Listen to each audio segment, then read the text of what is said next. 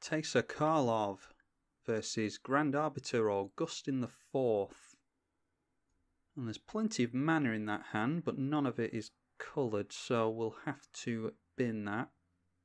Worm Coil Engine. Yeah, it's no guarantee we'd get into a fast Worm Coil Engine. Yeah, I think we'll have to keep that. We can go for Read the Bones, actually, that's not too bad. Spawning Pit. Yeah, it's good to have a sack outlet. No, we'll put that on the bottom. We want to try and draw into some coloured sources as soon as we can. So let's go for Sol Ring from the swamp, and we'll throw it over to our opponent. And we'll go for Read the Bones before we make a land drop next turn. Evolving Wilds is good to see on turn 1 from our opponent. Necropotence won't be terrible if we get into black sources. Well, we'll draw into both of those. I don't mind those at all. Yeah, we'll draw both of those. And then we can get down a tap land with the Bloodstained Mire. We won't hold up anything. I'll just go for this now. And then we can yield through our opponent's turn. Grand Arbiter Augustin IV makes white spells and blue spells cost a generic less to cast for our opponent. And they make our spells cost a generic mana more to cast. A 2/3 for 4 mana in Azorius. Our opponent just gets down a Thraben Inspector. That is a 1/2. And when it enters the battlefield, our opponent investigates. That is a clue token. 2 and sack to draw a card. We get into another land. So we can actually get down Necropotence if we want to, but I think I'd rather try and get down Teysa while we still can.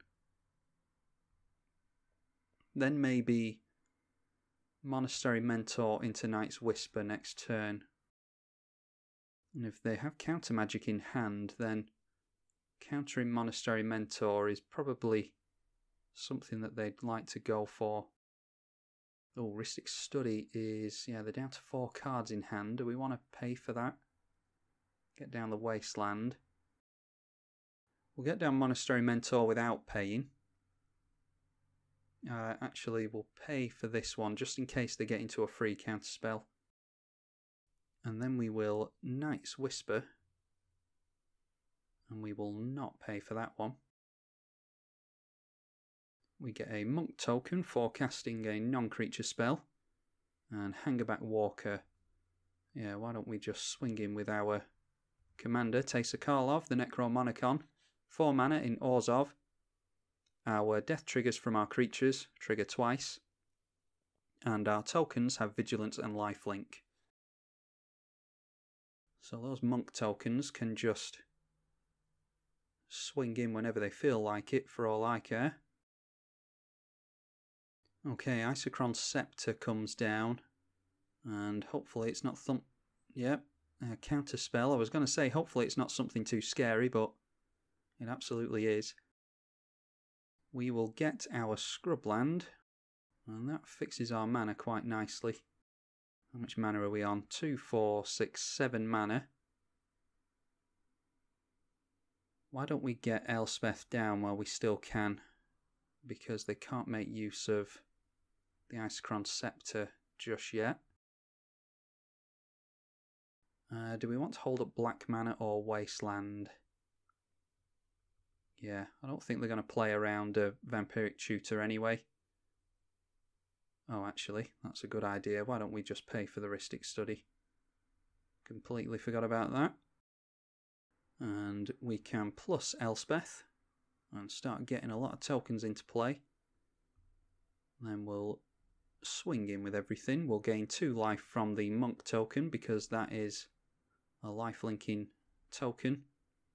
Now, I'd really like to get down Elenda Duskrose because she can potentially get really big.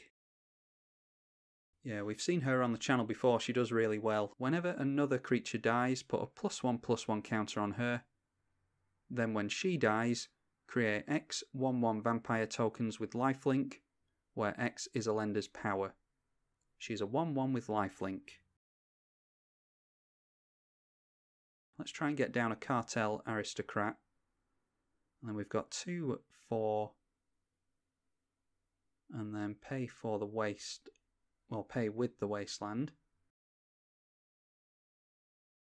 Our opponent doesn't seem to have, well, they're not using their counter magic at least. We'll try and get this down.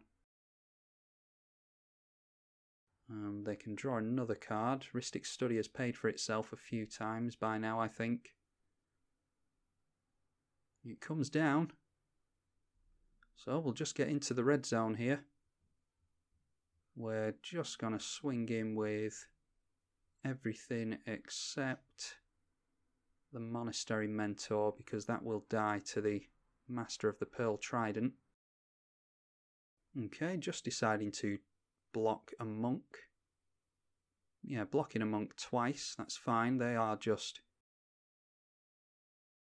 fodder at the moment, and that will go towards buffing Elenda the Dusk Rose a couple of times per creature, because her triggers are death triggers, and that means that Teysa sees them and doubles them up for us. So Elenda, a 5/5 lifelinker already. 6 cards left in our opponent's hand and down to 16 life. I think as it stands now, we'll probably go for a massive Hangerback Walker next turn.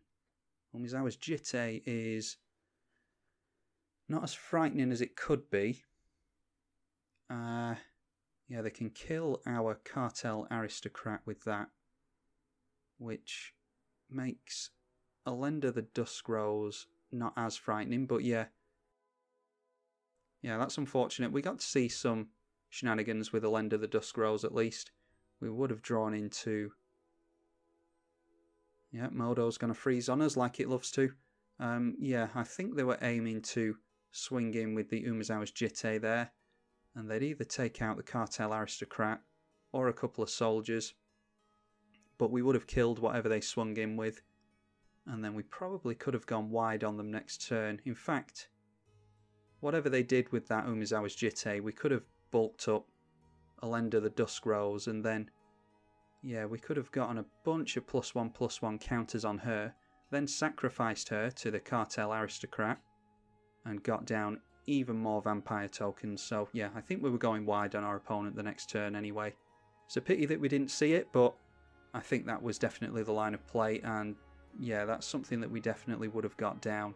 Also, I think if they'd have equipped the Umezawa's Jitte, they wouldn't have been able to negate us, and we would have got down Necropotence to refill our hand. So I think we did quite well with that one. That was Teysa Karlov against Grand Arbiter Augustin IV. I'm tribalkai on the EDH channel. Thank you for watching.